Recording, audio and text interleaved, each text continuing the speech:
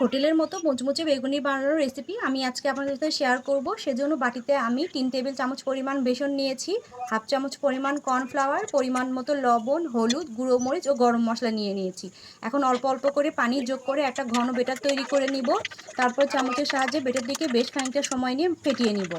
ফেটানো হয়ে গেলে ঢাকনা লাগিয়ে এটাকে আধা ঘন্টার জন্য রেস্টে রেখে দিব।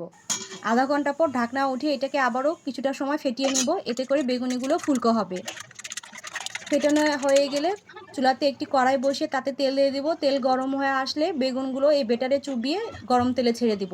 বেগুনগুলোকে অবশ্যই পাতলা করে কেটে নিতে হবে, আর আপনি আপনার যে কোনো পছন্দ মতো শেপ দিয়ে এটাকে কেটে নিতে পারেন।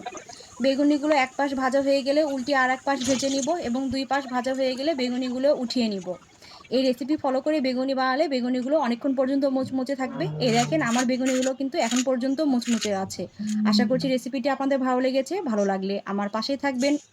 আল্লাহ হাফেজ।